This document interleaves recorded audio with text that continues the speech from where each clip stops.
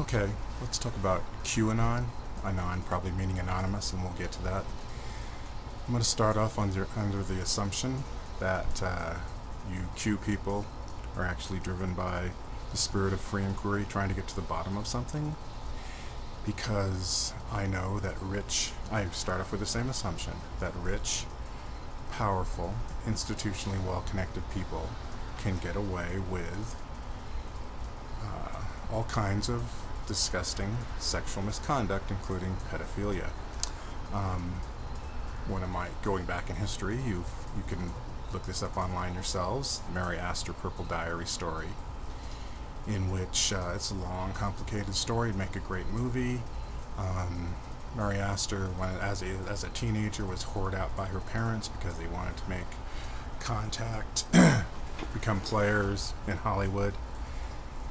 And she kept a diary, and when that diary was drawn into court for divorce proceedings, pieces of it were used to condemn her as a nymphomaniac and by her husband. And after the trial was over, I can't remember how it turned out, but anyway, after the trial was over,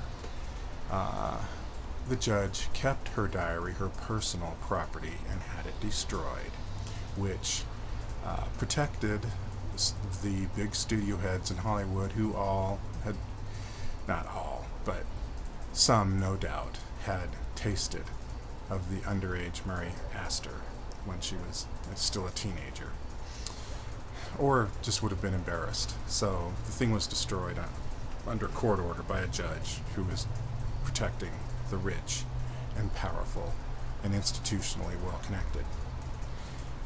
Today, the Lolita Express story, Jeffrey Epstein's Lolita Express story, okay? That has been swept under the rug thanks to Alan Dershowitz, who was named as having been caught with his pants down on the Lolita Express and went out and terrified the girls spending the rest of their lives in court if they didn't withdraw the story. And so it died, and so the rich, powerful, and institutionally well-connected got away with it. The flight logs for the Lolita Express, some of them are online. There's also, that's one bit of physical evidence. There are also the Palm Beach police, when they were investigating, they got into Jeffrey Epstein's trash.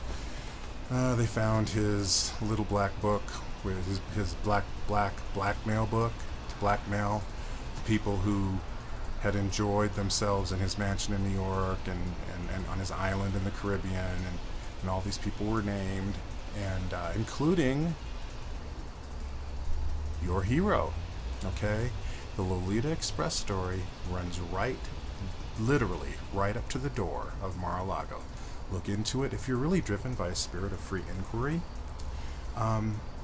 do that, okay? See, and follow that wherever it leads. See what you can find out, because that story was swept under the rug.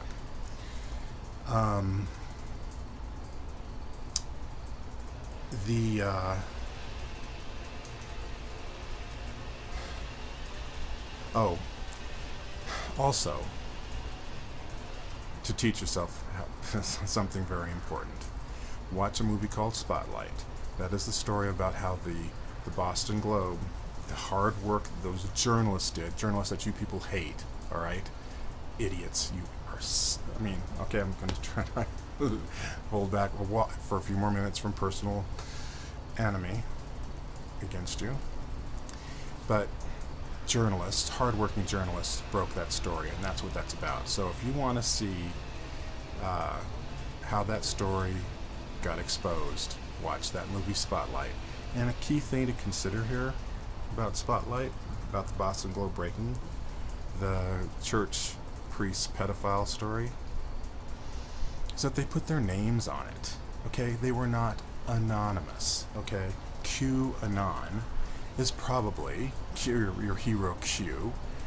Chances are, strong chances are, that he is a member of a deep state, and that deep state, he probably shows up for work every morning at a drab building in St. Petersburg and spreads this crap which you people lap up, all right?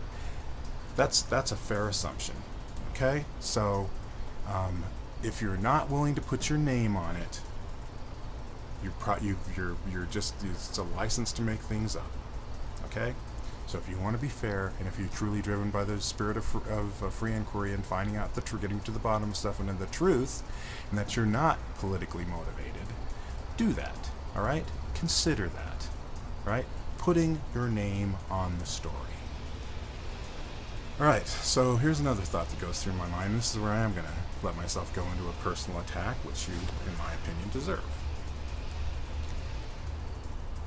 This reminds me, this whole ferment on the right reminds me of pre-Civil War days, 1850s in this country.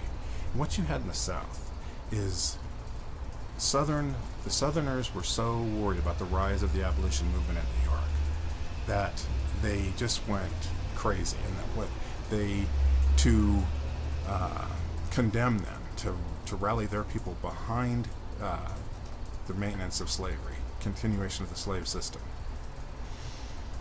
They condemned the abolitionists for wanting to amalgamate the races. Okay, they're amalgamationists. They're amalgamators. Okay, they were going to force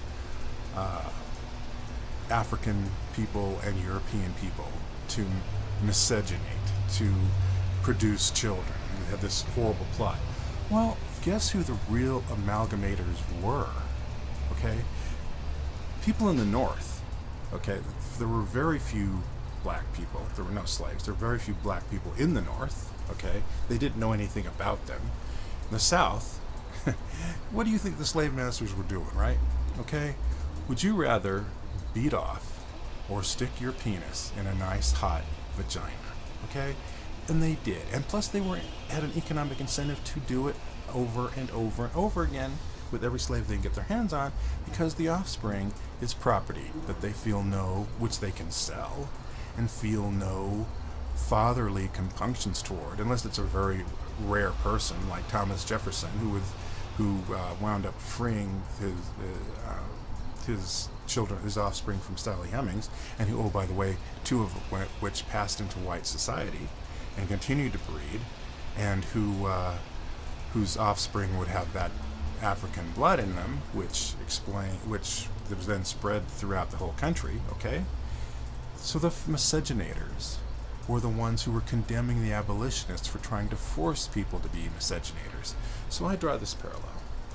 I think that you people, crazy as you are actually the real pedophiles. Okay, and we always hear when these horror stories about these evangelical churches, where they're protecting pedophiles and all that kind of stuff. I think you people that wear those, when I see a man with a Q t-shirt, my assumption is that, dude, you are a pedophile. That's my assumption. You're just like the slave master in the South, who's projecting your evil onto your political enemies.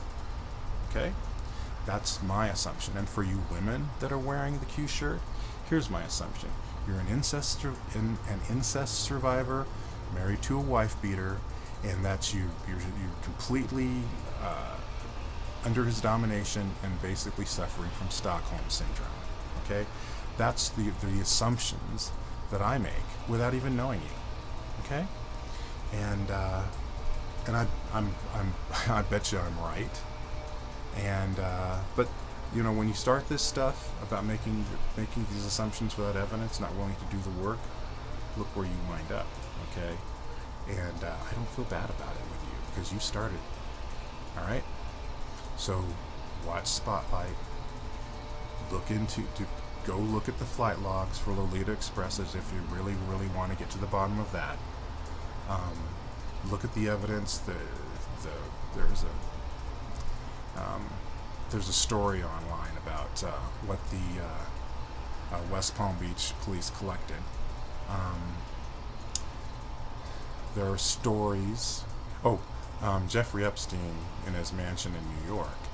He had I guess this pit, this passion pit or whatever you want to call it, where underage girls were used as semen receptacles by middle-aged men.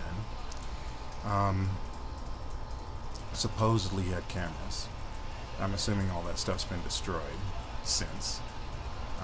But maybe Epstein kept some of that. So, you've got some stuff to work with. Go after it. If you do, you will be doing a public service. I bet you won't, because you're going to be afraid of exposing ugly truths about your hero. But, I don't know, prove to me that you're really driven by wanting to get to the bottom of this and to get at the truth, that you're really truth seekers, okay? And also, Q, make him expose who he really is, okay? Anonymous is BS, okay? Be like the Boston Globe journalists who put their name on the story. It matters.